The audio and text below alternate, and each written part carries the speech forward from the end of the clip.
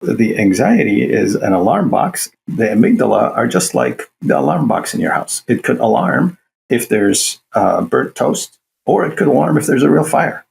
Do you ever feel like you're living in Dochi's song, Anxiety? Like you got to keep it off, but no matter how hard you try, you just can't shake it. And it leaves you wondering, what am I supposed to do about my anxiety? Well, that's exactly the question that we're answering today as we kick off this new Big Questions series on After 4. This week, we're joined by Nader Sahyouni, licensed clinical counselor, spiritual director, and friend of the podcast. Nader is also the author of Anxiety Transformed, Prayer That Brings Enduring Change. And over the next couple of weeks, Nader is going to share 3 practical steps that he recommends for developing a healthier approach to managing anxiety. 3 steps that are based on prayer practices, therapeutic practices, and neuroscience. And I think it's going to help all of us take a practical, gracious approach to managing anxiety with Jesus by our side. Welcome to After 4, your podcast for navigating life after graduation. I'm your host and guide, John Steele, and this one's for you, alumni. Nader, welcome to the podcast. Thank you. It's good to be with you. Yes, and I guess I should say welcome back. I mean, at this point, it's been a little while since the last time we were on the airwaves together, but we had a great time recording a few podcasts for a previous series, talking about some helpful tools for alumni as they make the spiritual transition and those kind of experiences they have after graduation. Definitely recommend people look those up. But Nader, you're going to help us with we're going to open a whole new can of worms together today. We're in a series exploring some big questions that alumni are asking and wrestling with in this season of life after graduation. And one of the questions, one of the ideas that we want to look at is this interplay of anxiety, faith, prayer, maybe just some of the hard things that happen in our lives and in the world around us and the way that we engage with those things. I mean, Nader, I really want to believe that when Paul says in Philippians, do not be anxious about anything, I want to believe that's true. But to be honest, it's kind of difficult because so many of us, dare I say all of us in one way or another, anxiety is a part of our lives. And so I'm hoping that you can help give us some insight on why that reality exists, why that tension is there, what we should do about it, what should we actually believe about anxiety and prayer and our faith in a God who is capable, but still living in a broken world. So if you could just take care of all of that for us today, Nader, that would be really great. I will do my best. At least I can tell you about how it worked in my life and how it works in the lives of people that I work with and try to help. Yes, that'd be great. And I'm glad you brought up the Philippians 4 passage. We'll definitely touch on that. Okay. Anxiety has been, unfortunately, a part of my story. I sort of inherited it. It began in my family 3 generations ago. My grandmother lived in the city of Antioch, the same Antioch that's in the Bible. And that's where she grew up in the early part of the 20th century. And that's where she experienced a lot of tragedy. This was in an era before antibiotics, before antiviral medications. And so a lot of the pandemics, a lot of epidemics that would go through the area, including Spanish flu during that time, took away her children. She lost 8 out of 13 kids. My goodness. And it was devastating for her. And as you can imagine, it created a certain amount of anxiety around illness. And so anytime any of her surviving children would get sick, she would get anxious. Yeah. And as a result, my mother internalized that anxiety. And I didn't even know I had an anxiety disorder until I had kids. And then I realized every time one of my kids would get sick, I would start to get unreasonably anxious. And that really was kind of the beginning of a journey for me, because what anxiety did was it drove me to prayer. It drove me into the arms of Jesus. And as it did, I started to learn some prayer practices were more helpful than others Hmm. in dealing with anxiety. And some were downright not the best thing to do. And Okay. then when I became a therapist, a psychotherapist, I started to see why. Some prayer practices align with forms of therapy that are helpful for anxiety, and some don't. And that's when I started to put two and two together, and started to develop ways of praying that would be more helpful. And so that was kind of my journey. And then eventually, when I wrote a book about anxiety, I decided to incorporate some of the recent advances in brain science, because I think we get some good insights from that. And I have a tiny, tiny background in science that at least could help me translate some of this. Okay.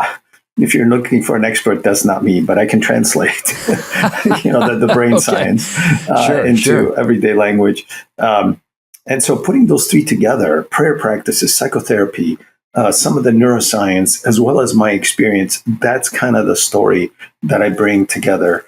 And the research that I started to look at in the brain science, I incorporated it into my writing, as well as these other three areas that we just talked about. Okay.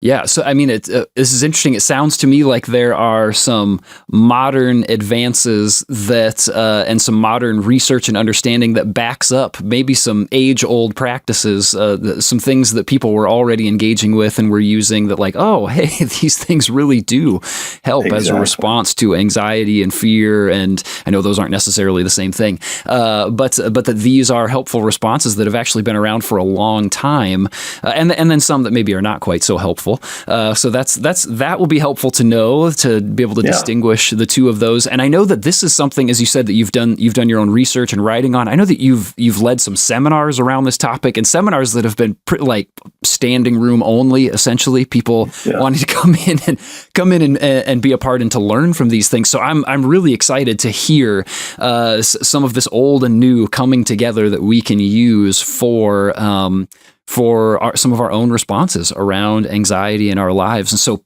please, Nader, take us there. What are some of the things that you've been learning in your own personal life, and as you've grown as a professional as well, and as those have come together? Yeah, so I like to summarize it, John, in what I call the three A's. Okay. The three A's of anxiety. All right. And I'll tell you what they are, and then we can dive into each one. Perfect. So the first A is avoid less. The second A is accept more. And the third A is attach better. And, before we dive in, let's just think about the brain a little bit. Let me just bring a little bit of the neuroscience in here. Yeah. There is a part of our brain that is very similar, essentially an identical structure to other mammals. I shouldn't say identical, but it's similar, right? Okay. It's called the limbic system. It's a part of where like strong emotions like fear, anxiety, and anger get provoked and processed. And there are two structures called the amygdala. They're like little walnut-sized things on each side of the brain, and that is not a part of the brain that speaks English. Okay.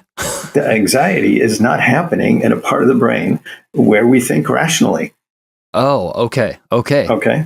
So the anxiety is an alarm box, and it alarms. There's an author called Dr. Kurt Thompson. He's a Christian psychiatrist. Did a great job at explaining this. He says, the amygdala are just like the alarm box in your house. It could alarm if there's burnt toast, or it could alarm if there's a real fire.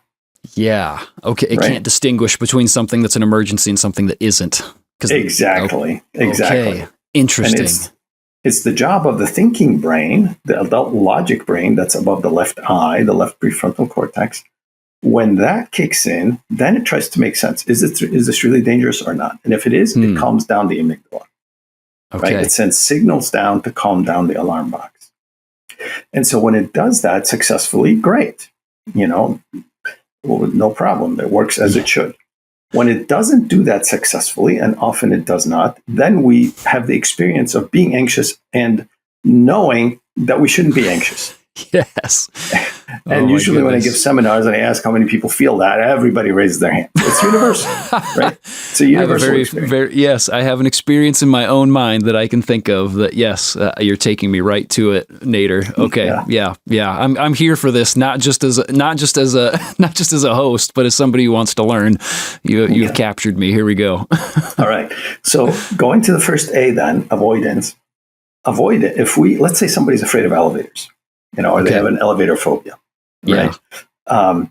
If they start to choose to take the stairs instead of the elevator, they are going to feel a little bit better. Mm-hmm. And that's what avoidance does. When we avoid the thing that makes us anxious, we feel a little bit better. That's good because we're not causing the alarm to go off and we're not anxious. Yeah. What's bad, though, is that because this is not the rational part of the brain, it learns differently. It learns by association. So it associates the fact that we're avoiding with the idea that there's something dangerous here. So when I take those stairs... Yeah, you're reinforcing an unhelpful idea. Exactly. You're training your brain to be anxious. Yes. Completely unknowingly. Right. Completely without even thinking about it.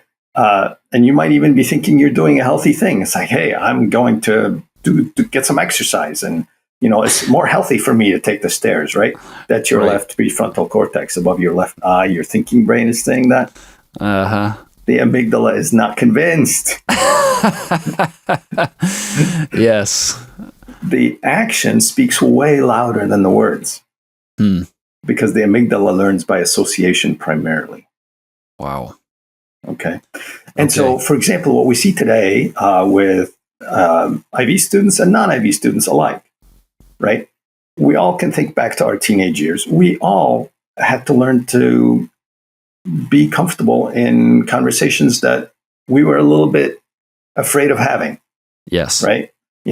Talking to a professor, talking to a teacher, arguing about a grade, whatever, right? Things that we were a little bit shy of. If in those situations we choose to text instead of talking, what are we doing? Sounds like avoiding. Yes. And so our fear of conversations begins to increase. Yes. And pretty soon we start developing a social anxiety disorder. And we start to have social anxiety. Wow. So do you see how that kind of works together?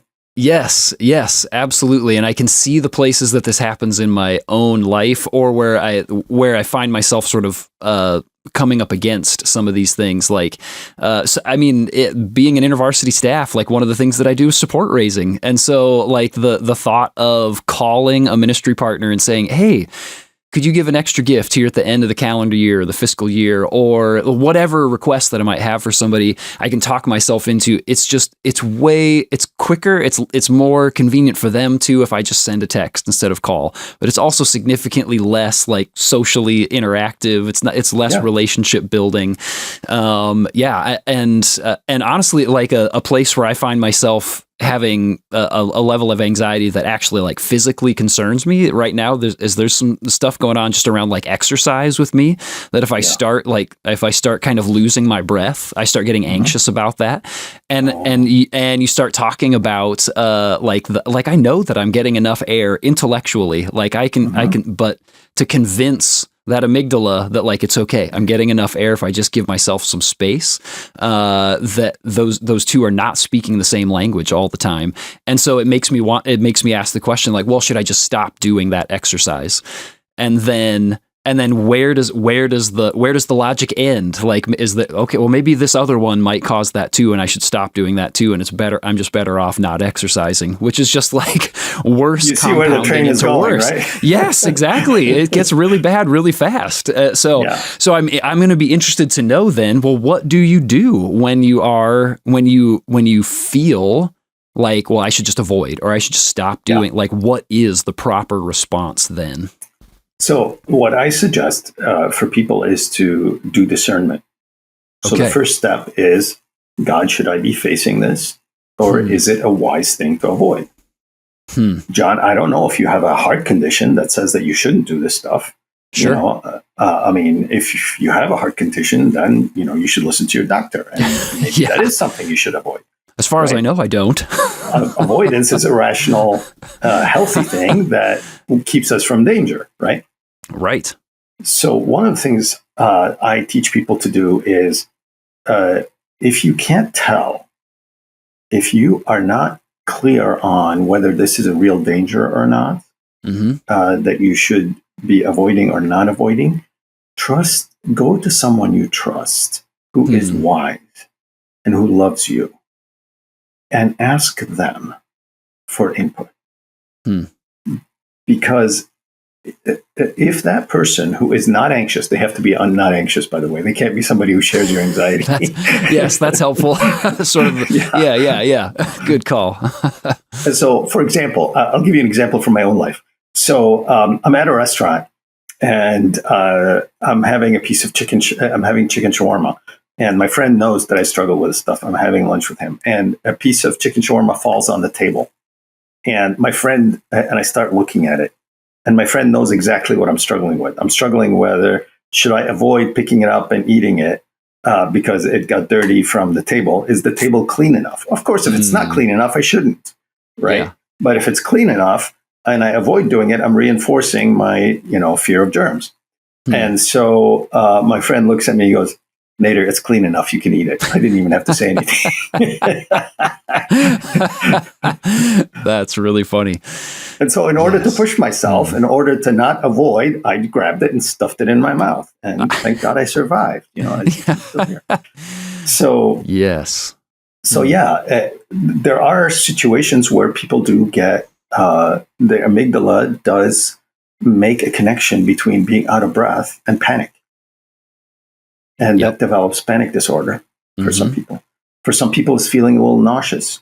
I had one person where it was sundown, because something would happen at sundown during, an experience that she had. I don't have her permission to share it, so we won't. But, just recognizing what the trigger is then helps us to start noticing, is this something that we are just associating, that we need to break that association. So once we figure out, okay, this is safe, I need to change it, or I need to face this, and we have a confirmation from somebody we trust if we are not clear on it. The second thing is to pray for the strength and the courage and the motivation to not avoid. Yeah. And then finally, if we can't do it on our own, which a lot of times we can't, then we can ask other people to pray for us. We can maybe do it with somebody. So we have somebody with us that gives us relational and emotional support. Right? So those are things that we can do to overcome the first day. Yes. Okay. And it's interesting that, as you said, there are times that avoiding is adaptive, that it is actually good. There are things that it is time for us to avoid really at times. The problem comes when we associate things that are actually not nearly as unsafe as our amygdala is sort of telling us that it's actually not to the degree that my brain is telling me it is right now. And so I need to discern that, it's okay, actually, this is not that bad, and I just need some help being able to continue engaging with it instead of avoiding it. Yeah, exactly. Okay. It's just burnt toast. Yes, it's just burnt toast. It is not a house fire. Yeah. Yeah. Yes. The good news is that one area where this analogy of the alarm box breaks down is that the alarm box in our brain does learn. Okay. So the next time there's brain toast, if I did not run out of the house, if I actually turned off the alarm and did not run out of the house, in other words, if I didn't avoid, the next time it won't alarm. Nice. Because it learned by the experience that I did not do this. And it's very quick learning. It's amazing. That is amazing. It's very quick learning. Which is why we need to do the hard thing and avoid less. Yes. Yes. And if it can be done in small increments, that's best. Yes. Yes. Sort of a graduated exposure therapy. Yes. It's called systematic desensitization. Yes. There it is. Right. Yeah. Okay. So, but just keep in mind when you're doing it, it's okay for the anxiety to get a little bit worse before it gets better. That is helpful to know, that this is not just an immediate like, okay, I step in and the sort of the clouds clear and everything is just fine. That there may be a moment of increased anxiety before it decreases. Yeah. But then that training will help it so that it happens a little faster, a little more consistently, time after time after time. Exactly. So if we go back to the elevator example, let's say I have somebody in my office who's came in for an elevator phobia. So then we would work on a graduated list. We'd start with, okay, can you think about an elevator? And then can you look at a picture of an elevator? Can you go stand in the lobby of a building with an elevator? Can you stand in front of the elevator? Can you push the button and get in and out a few times? Can you go up one story with a friend? And you can see it just keeps going until you conquer that fear. But at every single step, the anxiety will get a little bit worse before it gets better. Yes. Okay. In general, that's how it works. There are situations where it's more complex, but in general, that is how it works. Okay. So that pretty much wraps up the first A. Yes. Okay. So we avoid less, and we do that by discerning, by inviting trusted people in to help us, by asking for the strength and the ability to lean in, even though anxiety might increase a little bit before it decreases, and then that takes us to the next A of accept more. Accept more. Yeah. Accept more. So this one is more complicated. Okay. But it also works quickly, just like avoidance does. All so the first two A's are low-hanging fruit. They're not easy, but they do work relatively quickly. We're talking, sometimes within minutes, definitely within hours. And if it takes anything longer than half an hour, you probably shouldn't be doing it. So let's talk about the second A for a minute. Sure. The big temptation when we are anxious is to try to get some reassurance that everything's okay. And we can do that in a variety of ways. There are so many different ways that we can seek reassurance. One way that's familiar to InterVarsity students and InterVarsity leaders is there's sometimes a small group leader will go to their staff worker and say, I'm feeling really bad about the way small group went last week. I just did not do a good job. This and this and this happened. And they're feeling a little bit anxious about how they led. And the staff worker's temptation would be to give them reassurance. Oh no, you're great. You did fine. You did wonderful. Right? First time, that's okay. Builds confidence. It's good affirmation, etc. Sure. Second time, why is this happening again? Third time, the pattern starts to tell us that what we're trying to do is calm the anxiety with some reassurance, which once again, at the beginning is fine. And there's a certain level of that is okay. But if it crosses a certain threshold, then it begins to once again train the amygdala that there's something to be anxious about. Okay. When it starts to become a little bit unreasonable, then it's starting to train the amygdala. The amygdala interprets it as, there's something really anxiety-provoking. There's something dangerous about the way I lead small groups. I'm going to get rejected. I'm going to get hurt. Whatever. So even if this person is avoiding less by continuing to go back and lead small group each week, there might be a certain amount of undoing by the unhelpful reassurance that's happening with their staff each time, saying, "Oh, it's okay, it's okay, it's okay." Exactly. Okay. And I do deal with clients who ping pong between the two. Okay. You can think of them as two sides of a goalpost, right? Too much one direction, you don't score. Too much the other direction, you don't score. Yeah. You have to be within what's reasonable, within those two goalposts. Yeah. Interesting. Like the way that works itself out in my relationship with my wife, for example. If, let's say, we have an argument and I feel like I hurt her feelings, so I apologize. All right. She forgives me. We're okay. But then a few minutes later, I was like, maybe she's still hurt. I feel really bad. Maybe she is still rejecting me. Maybe I'm still going to pay the price for this. So I ask again, honey, are we okay? Are you sure you're not hurt?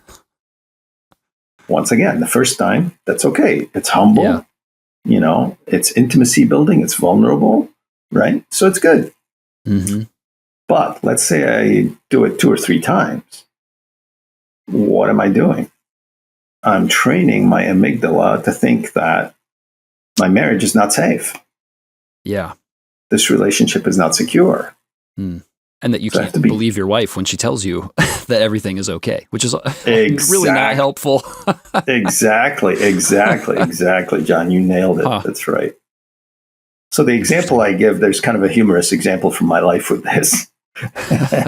So in the early days of smartphones, there was this thing called a BlackBerry.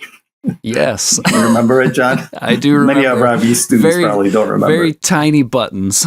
Yes, very small buttons on the smartphone, right? Yeah. And so the company that I worked for issued me a BlackBerry. And it had a little clip that I would wear on my waist, on my belt. And my kids thought it was the most uncool thing. And they would rag on me about not doing that. But, I didn't listen. It was convenient. And I'm a nerd anyway, so what does it matter? It's all right, Nader. My dad did the same thing. He had the belt clip. Your dad? Oh, please, John. I love you, Dad. So one time, though, I had the BlackBerry on the belt clip on my belt, and I was in the men's room, and I was standing at the urinal, and it fell on the floor. And it fell face down, and the floor was wet. Oh no! And I was like trying to think, oh my God, is there some way I can get rid of this BlackBerry? I'm willing to pay the cost for it, but I can't because it belongs to the company. How am I going to explain this, right? I can't walk up to them and say, hey, I have all this germophobia. I can't touch this thing. Right? They're going to laugh at me. Yeah. So I got some paper towels. I grabbed it. I went back to my desk. I laid it down like an operating room table, and went and got a whole bunch of alcohol wipes, and I started wiping. Well, the more I wiped, the more I needed to wipe. Yeah, right. Because I was reassurance seeking, and I kept wiping, and I kept wiping, and I kept wiping. So finally, I realized I can't stop. So I ended up calling my friend again. I said, hey, Dale, this is what happened. First he goes, ew, that's disgusting. And then he goes, okay, well, how many times have you wiped it? How many wipes have you used? I said, I don't know, like 17. And he's like, Nader, I think you're safe. I think it's good. You're good. So then I, just tried not to wait too long. I grabbed the phone, I stuck it to my face, and once again, I survived. So yeah. Oh, man. So it gives you an idea of like how reassurance seeking works, and it gives you an idea how somebody else can help. Right? How getting an emotional resource to give us some clarity around where's the line of unreasonableness.